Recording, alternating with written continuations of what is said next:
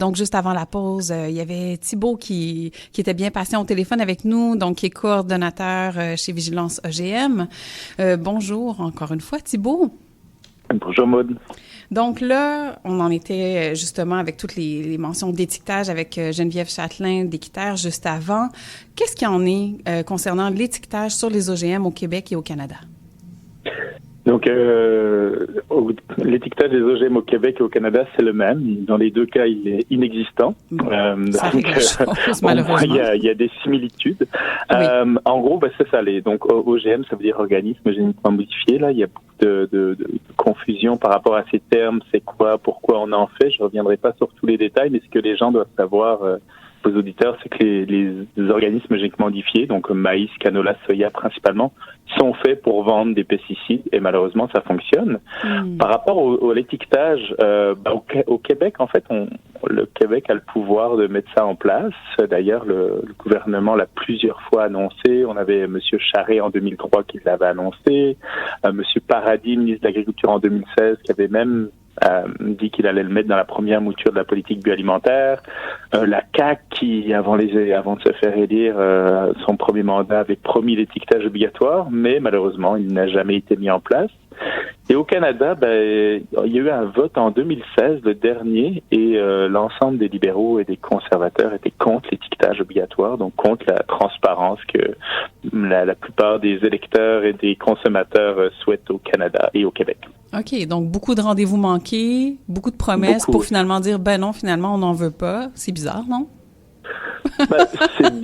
Oui, non, effectivement, vous savez, les promesses électorales, c'est pas le seul dossier où elles ne sont pas respectées, là. On va peut-être en avoir de nombreuses avec le nouveau gouvernement de McCartney, mais non, effectivement, c'est bizarre que le gouvernement canadien et québécois refuse la transparence pour les consommateurs, parce que on a le droit en tant que consommateur de se dire, j'ai pas envie d'avantager un type d'agriculture qui est, bien dépendant des entrants, surtout des pesticides de synthèse, et qui au final, bien sûr, comme on l'a entendu avant, a de l'impact sur la santé des travailleurs, des écosystèmes et la santé des consommateurs. Donc, c'est étrange de ne pas laisser ce choix-là. Après, il y a peut-être un fort lobbyiste derrière et des décisions politiques que je comprends pas. Effectivement. Et en France, c'est beaucoup plus sévère qu'au Canada par rapport à ça. Pourquoi? Comme je disais, en fait, en France, comme en Europe et dans 60 pays du monde, il y a un étiquetage obligatoire. Pourquoi c'est plus sévère en France? Je pense qu'il y a eu une pression populaire plus grande. Ce qu'il faut savoir, c'est qu'il y a 5 pays dans le monde qui produisent des OGM. Là. Il n'y a pas tant de pays qui le font. Et le Canada est le 4e producteur mondial, a toujours suivi un peu les politiques américaines qui sont le plus grand producteur mondial. En Europe, il n'y a pratiquement aucun OGM qui est planté. Là, il y a 6 fois plus de plantes OGM, donc maïs, soya au Québec que dans toute l'Europe réunie. Donc, on est un gros producteur. Et c'est ça, il y a eu une pression populaire qui a mis en place un étiquetage qui existe depuis, je pense, une quinzaine d'années. Bien sûr, il y a des failles quand même dans le système. Il n'est pas parfait, mais ça permet quand même d'avoir une plus grande transparence sur ce qu'on consomme là-bas. Mais oui, quand même une meilleure idée. Puis, c'est aussi, comme tu l'as si bien dit, la méconnaissance autour de ce que ça veut dire un organisme génétiquement modifié. Qu'est-ce que ça a comme impact sur l'environnement, sur ce qu'on consomme. Là, si on a la mention sans OGM, est-ce qu'on peut se fier à ça? Là, c'est sûr que les consommateurs au Québec voient des produits avec un petit logo sans OGM, parce qu'il faut savoir c'est que c'est déjà une certification privée, donc c'est pas chapeauté, comme disait Geneviève, par le CAR TV, là, qui est une instance qui vérifie la qualité des certifications. Moi, ça me pose 2 problèmes dans ce cas-là, c'est que même si je pense que c'est une compagnie privée qui a probablement des bonnes intentions, le premier chose, c'est que c'est encore au producteur qui veut produire autant biologique ou sans OGM, où vient le fardeau de se faire certifier, le fardeau de payer ces certifications. Donc, ça a un coût pour lui et donc sur le consommateur. Et la deuxième chose, c'est que dans le cas de la certification sans OGM, moi, ce qui vient beaucoup m'embêter, c'est que à Vigilance, nous, ça fait 15 ans qu'on essaie de sensibiliser les gens sur c'est quoi, pourquoi on en fait. Tous les fruits et légumes ne sont pas OGM. C'est principalement des plantes comme je l'ai dit, canola, soya, maïs, qui permettent de nourrir des voitures et des bétails. Et là, quand je vois une carotte avec un sac de carottes certifié sans OGM, ça vient briser un peu toute la sensibilisation, parce qu'on se dit, si c'est une carotte sans OGM, ça veut dire qu'il y en a une qui est probablement OGM, mais ça n'existe pas. Donc, moi, j'ai l'impression que malheureusement, ce type d'étiquetage peut semer la confusion quand même. Oui, à moins de le retrouver encore une fois sur un paquet de tofu, par exemple, où là, on pourrait se dire, OK, là, ça a peut-être plus de sens, étant donné que c'est un des aliments qui est le plus génétiquement modifié. Effectivement. Et dans le cas du tofu, il y a quand même beaucoup de tofu qui sont certifiés biologiques. Et souvent, je ne viendrai pas dans les détails, mais souvent, le type de soya qui est génétiquement modifié est plus pour l'alimentation animale. Et l'autre qui n'est pas forcément génétiquement modifié, mais bien sûr qui peut être très arrosé de pesticides, est plus pour l'alimentation humaine. Donc, dans ce cas-là, il y a...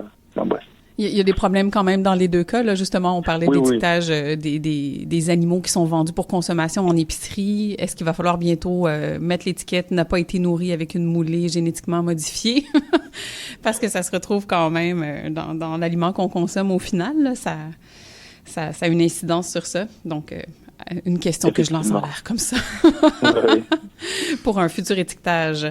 Là, justement, sans OGM, biologique. Il y a souvent une confusion entre les deux. Les gens assument que si c'est biologique, c'est sans OGM et inversement. Quelles sont les différences et quels sont les éléments similaires entre les deux? Ce qui est drôle, c'est que moi, je fais quand même beaucoup de kiosques et à des salons. Et en fait, je pense que la principale question qu'on vient souvent me poser, c'est de me dire, est-ce que biologique veut dire sans OGM? Oui. Donc oui, la certification biologique veut dire sans OGM. Mais au-delà de ça, il y a un cahier des charges que je connais pas par cœur, mais ça on vient surtout, dans les grandes lignes, à empêcher l'utilisation de pesticides de synthèse. Okay. Et donc, biologique, et encore une fois, biologique, c'est garanti par le CARTV, en tout cas chapeauté par le CARTV. Il y a des certifications comme Québec Vrai ou Écossaire, mais c'est aussi chapeauté par le CARTV. Et donc là, on peut plus croire à ce type de produit. Bien sûr, il y a comme tout type d'agriculture, il y a des dérives, mais c'est sûr que si on peut avantager biologique pour la plupart des consommations, si on a les moyens de le faire, c'est avantageux pour beaucoup d'aspects. Absolument. Geneviève Châtelain, tu voulais réagir? Oui, en fait, tu sais, pour tout ce qui est biologique, moi non plus, je ne vais pas vous réciter le cahier des charges au complet, mais, tu sais, on l'a dit, sans pesticides de synthèse, sans OGM, sans antibiotiques, sans hormones de croissance et sans produits animaux dans la moulée. Et la moulée que nos petits poulets vont manger, il faut qu'elle soit biologique aussi. Ah, d'accord. Donc, ça va jusque-là dans la certification. Donc, voilà. C'est une assurance, quand c'est marqué biologique, qu'on ne retrouvera aucun de ces produits. Oui. Après, par exemple, il y a pas il va pas avoir de différence notable au niveau nutritionnel, ou du moins, ça n'a pas encore été prouvé pour l'instant. OK. Parfait. Merci pour cette addition, Geneviève. Et je reviens à toi, Thibault. Pourquoi les OGM sont à éviter?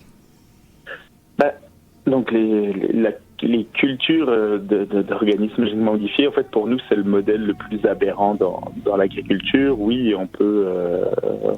on a en fait une utilisation abusive des pesticides avec ce type de culture, parce que ce qu'il faut savoir, c'est que ça fait à peu près depuis 1996 qu'il y a les premières cultures OGM qui existent au Canada et au Québec. Et on nous avait promis que c'était pour nourrir le monde, planter en zone de sécheresse, en tout cas plein de mythes qui entouraient ce type de technologie. Mais pratiquement 30 ans après, on s'aperçoit que 100% de toutes les cultures OGM plantées au Québec et au Canada sont faites pour tolérer un ou plusieurs herbicides. Okay. Donc, qu'est-ce que ça fait? C'est qu'on vient appliquer un herbicide sur notre champ de maïs ou de soya, tout meurt, sauf notre plante qui est génétiquement modifiée pour le tolérer. Mais à force d'utiliser ce type de culture, on vient utiliser de plus en plus de pesticides à base de glyphosate, là, qui est comme le pesticide le plus fameux pour pour les cultures OGM et autres, mais on vient aussi mélanger avec d'autres types de pesticides qui étaient censés être laissés de côté par le miracle des pesticides à base de glyphosate. Et on s'aperçoit qu'avec ce modèle-là mis en place au Québec, on a une augmentation de la vente des pesticides malgré les politiques et les bonnes intentions du gouvernement. Pour ceux qui suivent un peu le dossier, chaque année, on a le bilan des ventes de pesticides. Et là, ça fait la 3e année consécutive où on a des records de vente des pesticides. C'est pas uniquement dû aux cultures OGM, mais ce qu'il faut savoir, c'est que plus de 50% des terres ensemencées au Québec, là, si on exclut le foin, sont des cultures OGM de maïs et de soya. Donc, c'est quand même vraiment important au Québec. Là. C'est gros. Oui, puis ça nous ramène à ce que tu abordais vraiment très, très brièvement en début d'entrevue, l'enjeu des lobbies autour de ça. Oui, c'est ça. Pourquoi on continue un type de culture qui semble avoir des impacts autant sur les agriculteurs qui sont les premières victimes que nos écosystèmes. Je pense qu'il y a un modèle qui capitalise dans l'agriculture, qui pousse à la vente de produits. Et là, on veut pas que les agriculteurs soient réellement autonomes, autant que ce soit des entrants que de la machinerie. Donc, on vient promouvoir ce type d'agriculture en disant que c'est la meilleure, la seule possible. Et ces compagnies sont quand même assez fortes. Moi, quand j'ai commencé à travailler à Vigilance il y a plus de 10 ans, on parlait de 6 compagnies qui dominaient autant la vente des semences que la vente des pesticides. Et maintenant, on parle plus que 3. Donc, on a la fameuse fusion qui a eu lieu il y a quelques années, que les gens connaissent sûrement, entre Bayer et Monsanto. On a Dow Chemical qui s'est fusionné pour donner Corteva, et on a Syngenta qui sont les plus gros vendeurs de pesticides au monde, qui a été racheté par la compagnie chinoise de Chem China. Et donc, ces 3 compagnies ont énormément de moyens pour promouvoir ce type d'agriculture.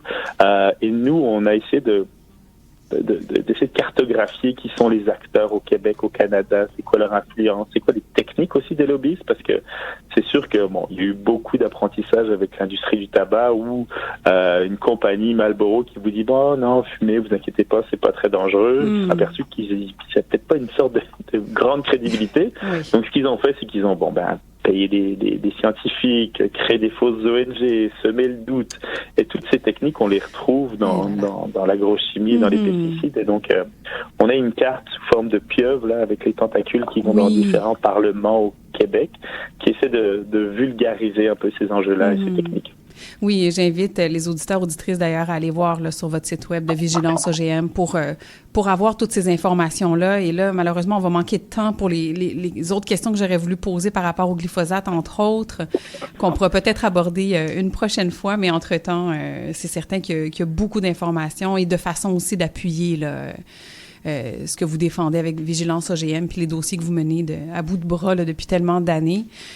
Donc, j'invite nos auditeurs, auditrices à aller s'informer davantage et puis appuyer vos campagnes avec effusion. Oui, merci. N'hésitez pas à aller sur notre site ou à m'écrire aussi pour toutes les questions là, et je serai disponible pour une autre entrevue. Oui, avec grand plaisir.